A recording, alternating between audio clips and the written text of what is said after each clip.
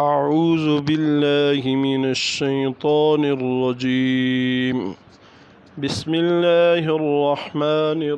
الرحيم. تبارك الذي جعل في السماء بروجا وجعل فيها سراجا وقمرا منيرا وهو الذي جعل الليل والنهار خلفة لمن أراد أن يذكر أو أراد شكورا وعباد الرحمن الذين يمشون على الأرض هونا وإذا خاطبهم الجاهلون قالوا سلاما والذين يبيتون لربهم سجدا وقياما والذين يقولون ربنا اصرف عنا عذاب جهنم إن عذابها كان غراما إنها ساءت مستقرا ومقاما والذين إذا أنفقوا لم يسرفوا ولم يقتروا وكان بين ذلك قواما والذين لا يدعون مع الله إلها آخر ولا يقتلون النفس التي حرم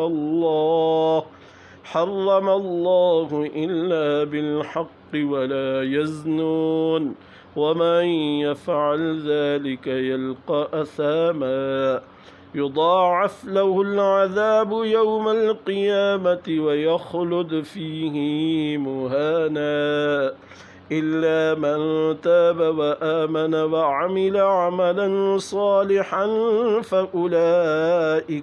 فأولئك يبدل الله سيئاتهم حسنات وكان الله غفورا رحيما ومن تاب وعمل صالحا فإنه يتوب إلى الله متابا والذين لا يشهدون الزور وإذا مروا باللغو مروا كراما والذين إذا ذكروا بآيات ربهم لم يخروا عليها صما وعميانا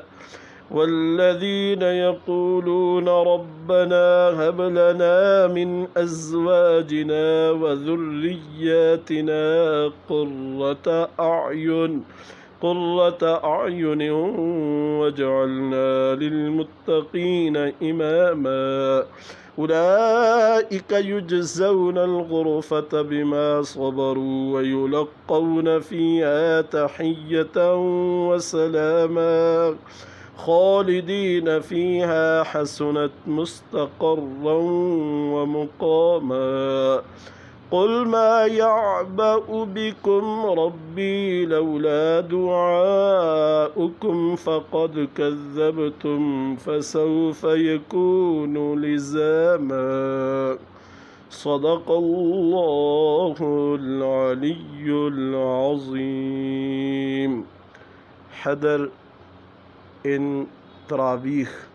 رمضان المبارك. السلام عليكم ورحمة الله.